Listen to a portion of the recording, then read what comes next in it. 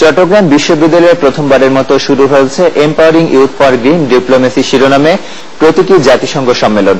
চট্টগ্রাম বিশ্ববিদ্যালয় model United Nations association আয়োজিত এই সম্মেলনে অংশ নিচ্ছে বাংলাদেশ ছাড়াও এশিয়ার ৬টি দেশের শিক্ষার্থীরা। ৩ দিনব্যাপী এ সম্মেলনে বিশ্বের বিভিন্ন সমস্যা আর সম্ভাবনা নিয়ে যুক্তিতর্কে অংশ নিচ্ছেন শিক্ষার্থীরা। চট্টগ্রাম থেকে বিপ্লব মজুমদারের ক্যামেরায় শিহাব জিশানের রিপোর্ট, জানাচ্ছেন সিরাজুম মুনির শুভ। প্রচন্ড উত্তাপ উপেক্ষা করে চৈত্রের সকালে চট্টগ্রাম বিশ্ববিদ্যালয় ক্যাম্পাস মুখরিত এশিয়ার ৬টি দেশের শিক্ষার্থীদের পদচারণায়।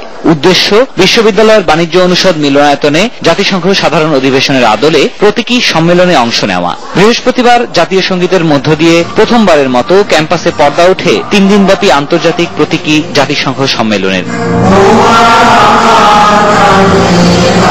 পড়ালেখার পাশাপাশি শিক্ষার্থীদের সৃজনশীল ও নেতৃত্বদানের ক্ষমতা সম্পন্ন করে তুলতে এ ধরনের ব্যতিক্রমী সম্মেলনের উদ্যোগ আয়োজকদের। তরুণ প্রজন্মকে উদ্বুদ্ধ করাটাও উদ্দেশ্য।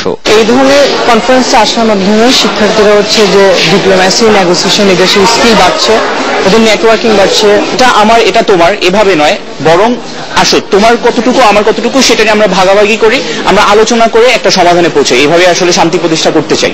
নিজেদের সমৃদ্ধ করার প্রত্যয়ে এ ধরনের ব্যতিক্রমী সম্মেলনে অংশ নিতে পেরে আনন্দিত সম্মেলনে অংশ নেওয়া শিক্ষার্থীরাও।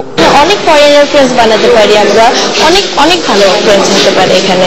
Today I'm here to attend the CUMUN and it's my first time attending such type of conference. I'm so sure that after this conference I will develop my diplomacies a lot. প্রতীকী সম্মেলনে বাংলাদেশ ছাড়াও অংশ নিচ্ছে Sri Lanka, Cambodia, Bharat, Nepal ও মিয়ানমারের 240 জন শিক্ষার্থী। সম্মেলন চলবে আগামী 21 মার্চ পর্যন্ত।